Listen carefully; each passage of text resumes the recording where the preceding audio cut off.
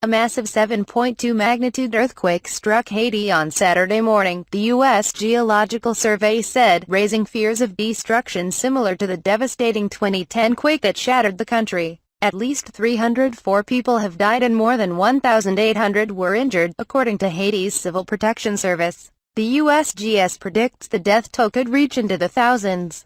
"It looks like it's really bad," USGS geophysicist Paul Caruso told NPR. "There could be a lot of casualties."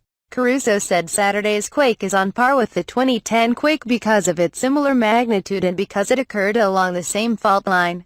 A 7.0 magnitude quake hit Haiti on January 12, 2010, leaving an estimated 220,000 dead, some 1.5 million people displaced and about 300,000 injured. Ariel Henry, Haiti's new prime minister, in a translated tweet ended his sympathies to the parents of the victims of this violent earthquake which caused several losses of human and material lives in several geographical departments of the country. Henry said he will declare a state of emergency for 1 month as the country assesses the damage from the disaster and sends teams to the area for search and rescue missions. President Biden has authorized an immediate U.S. response and named Samantha Power, the U.S. aid administrator, to coordinate the effort, a White House official said.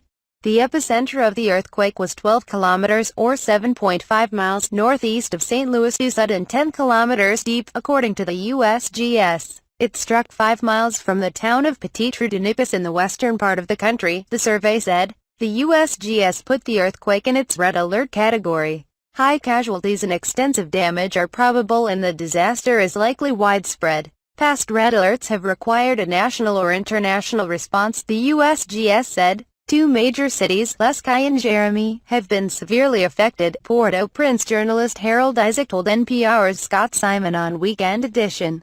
The earthquake is the latest crisis for Haiti. The quake comes amid unrest in the country following the assassination of President Jovenel Moïse last month. The whole crisis that Haiti has been going through, especially in the last few months, the death of the president through assassination. The country was never really ready to face yet another earthquake of such a magnitude and with such damages, Isaac says. It's indeed yet another crisis, a major one for the new government that is also very ailing as it is, Isaac said. Kara Buck, acting country director for Mercy Court, told NPR's Don Ganya on All Things Considered that she's worried about COVID-19 cases, food insecurity, poverty and displacement. The ability of the government to respond is certainly in question, Buck says. Worse, the region is doubly threatened by another natural disaster. Tropical storm Grace could hit early next week as Haitians are still reeling from the earthquake.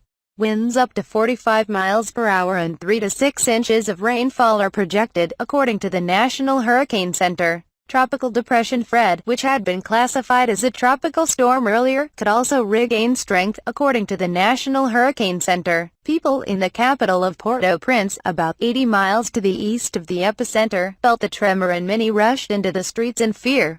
Buck, who is in Port-au-Prince, said that she was jolted out of bed by the earthquake and felt like her building was sinking into water. Henry, the prime minister, appealed on Twitter to the spirit of solidarity and commitment of all Haitians in order to unite to face this dramatic situation that we are currently experiencing. Unity is strength.